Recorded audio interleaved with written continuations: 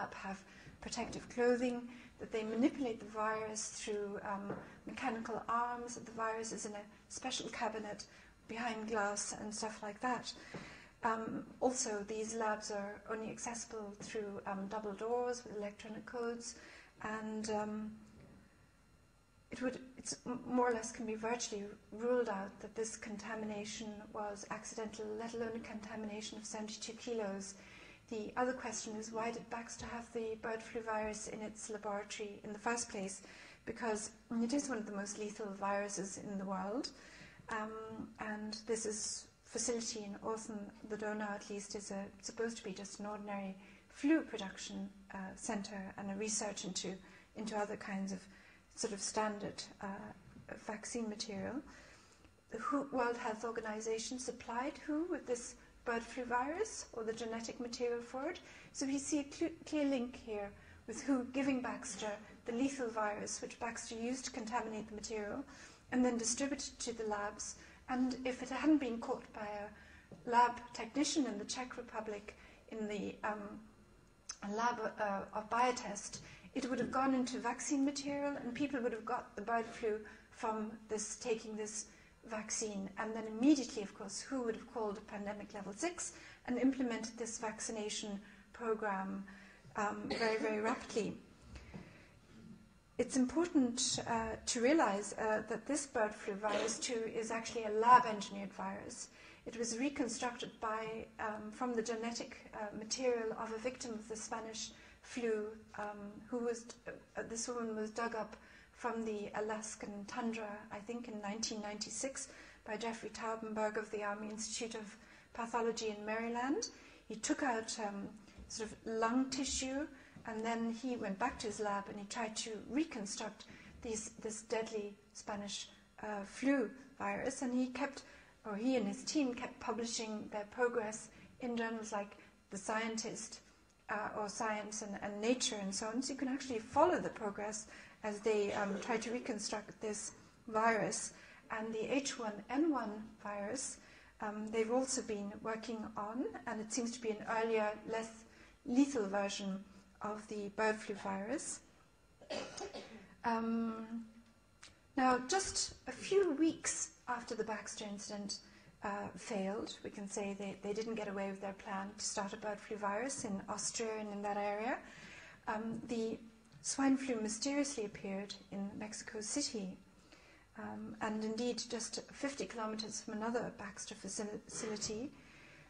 The real winners of any pandemic are not just the pharmaceutical companies, it's also the World Health Organization. As soon as it declares a pandemic level 6, it acquires extraordinary powers over the local health authorities and the law enforcement authorities of all its member states. And crisis committees, which have assumed key government functions, are being set up, and indeed they've already been set up in France and Austria, and I'm sure in the UK too. And this centralized government structure answers to the World Health Organization. So what we've seen, in effect, is a global coup d'etat.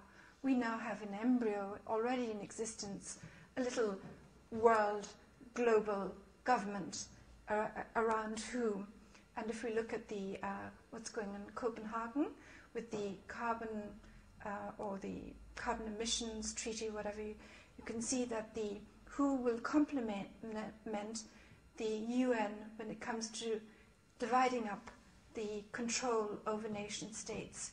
WHO is going to take the health services, the military and the police, and the UN is going to take over control of the economies as a whole. So between them they're going to have full control of our nation states, and this is happening as we speak.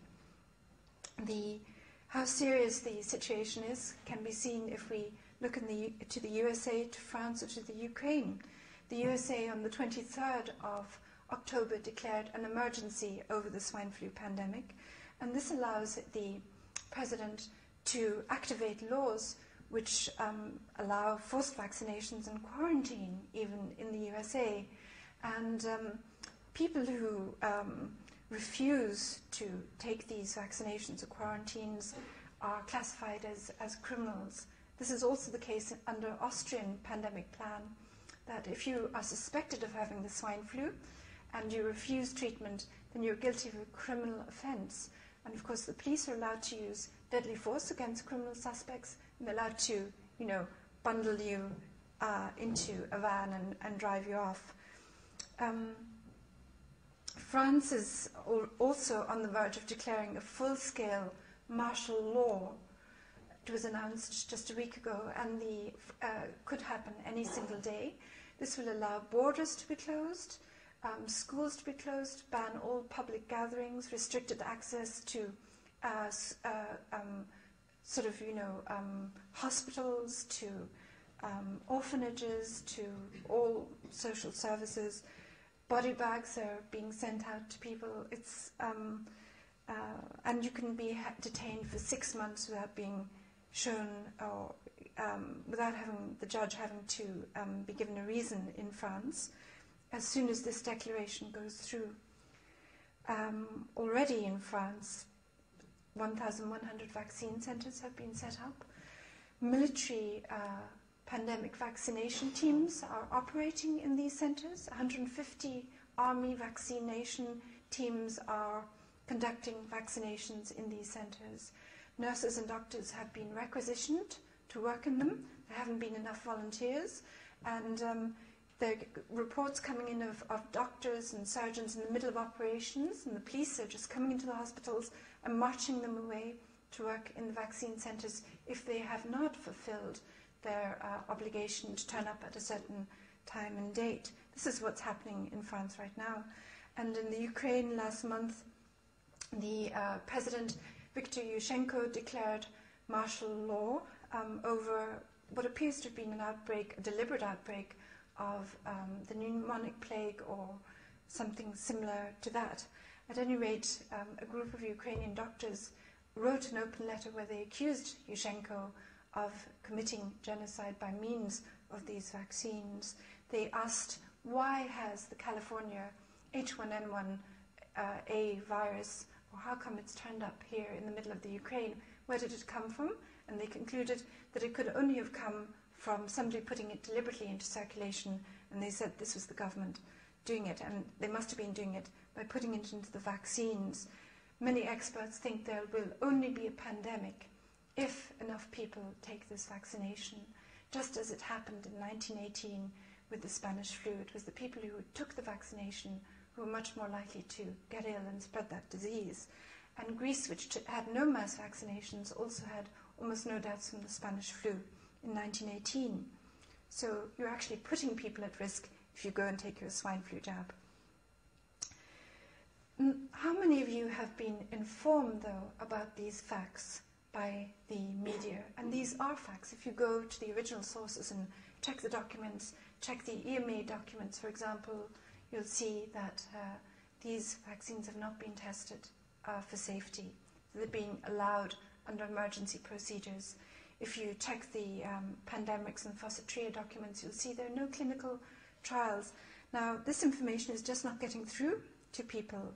Instead, anybody who refers to these facts and documents is actually called a conspiracy theorist and marginalized. The close alliance between the media and the pharmaceutical companies can be seen is underlined by the way James Murdoch, the son of the world's most powerful, perhaps, media mogul, Rupert Murdoch, is a director of GlaxoSmithKline, the manufacturer of the pandemic swine flu vaccine. Murdoch's News Corporation is one of the handful of truly gigantic TV and newspaper enterprises that dominate the global media landscape today. And the whole swine flu outbreak in April, or since the swine flu outbreak in April, these news outlets have been telling us that millions of lives, if not billions of lives, are at risk from the swine flu virus.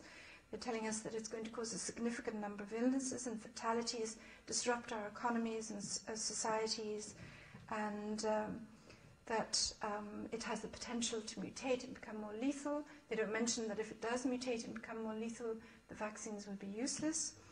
We're told the pandemic originated among pigs in a slum in the failing state of Mexico City, but the pigs have never gotten ill from this virus, and indeed it's part pig, part human, part bird.